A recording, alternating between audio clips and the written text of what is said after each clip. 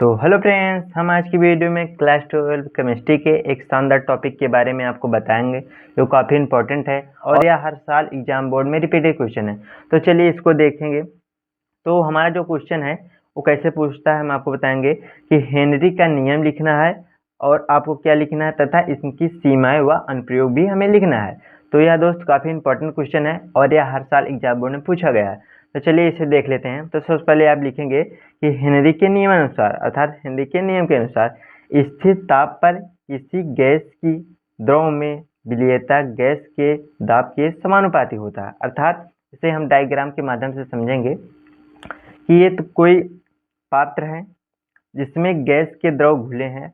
अगर हम इसमें कोई क्या बोला गया है कि किसी गैस की द्रव में विलेयता गैस के दाब के, अर्थात इसमें जब हम कोई द्रव घोलेंगे या गैस घोलेंगे तो इसमें हम दाब लगाएंगे। जब दाब लगाएंगे तो इस या भी उसका विरोध करेगा। तो इसीलिए इससे बताया गया है कि स्थिर ताप पर द्रव की विलेयता गैस के दाब के समानुपाती होती है। तो आगे देखेंगे हम।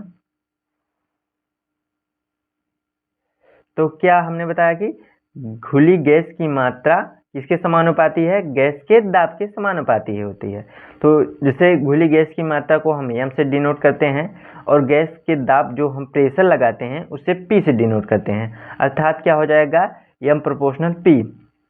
तो जब प्रोपोर्शनल का चिन्ह हटेगा के एच एक नियतांक आ जाएगा तो हमारा क्या निकल के आएगा? एम बराबर के एच इंटू पी।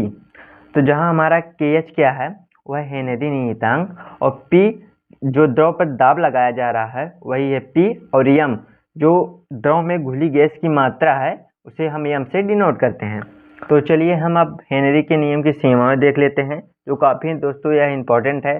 और हम पहले लिखेंगे कि हेनरी का नियम यह तनु विलयन पर लागू होता है। जो हेनरी का नियम होता है वो तनु विलयन पर लागू होता है। और दूसरा क्या है? हेनरी का नियम निम्न दाब या उच्च ताप पर कार्य करता है। जो हेनरी का नियम होता है वो निम्न दाब तथा उच्च दाब पर कार्य करता है। तो तीसरा क्या है? यह नियम उन गैसों पर लागू होता है जो विलायक से क्रिया नहीं करते। अर्थात उन गैसों पर लागू होता है जो विलायक से क्रिया नहीं करते, अर्थात जो घुल जाते हैं उनसे यह नियम नहीं लागू होता है। तो हमने आपको सीमाएं बताई हैं और अब हम आपको बताएंगे अनुप्रयोग जो काफ़ी इंपॉर्टेंट है दोस्त। तो दोस्तों अब हम देखेंगे हेनरी के नियम के अनुप्रयोग। तो हमारी हेडिंग रहेगी हेनरी के नियम के अनुप्रयोग। आपको इसी तरह एग्जाम बोर्ड में लिखना है दोस्तों, तभी आपको एग्जामिनर 5 नंबर देगा, अन्यथा नहीं देगा। और इस तरह से आप लिखेंगे तो आपको ज़रूर से ज़रूर 5 नंबर मिलेंगे।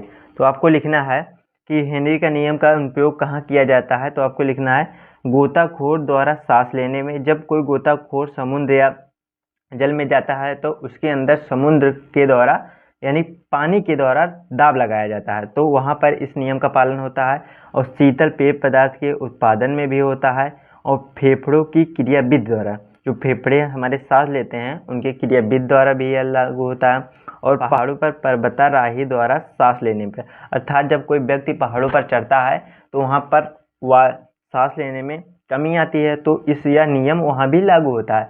तो हमने दोस्तों आपको हेनरी का नियम काफ़ी शानदार तरीके से आपको बताया है और कैसे आपको टॉपिक बाय टॉपिक लिखना है कि पहले आपको उनका सूत्र लिखना है, फिर वो कैसा उनकी सीमाएं कहाँ कहाँ लागू होती हैं और उनका अनुप्रयोग क्या है, आपको सबसे शानदार तरीके से हमने आपको बताया है।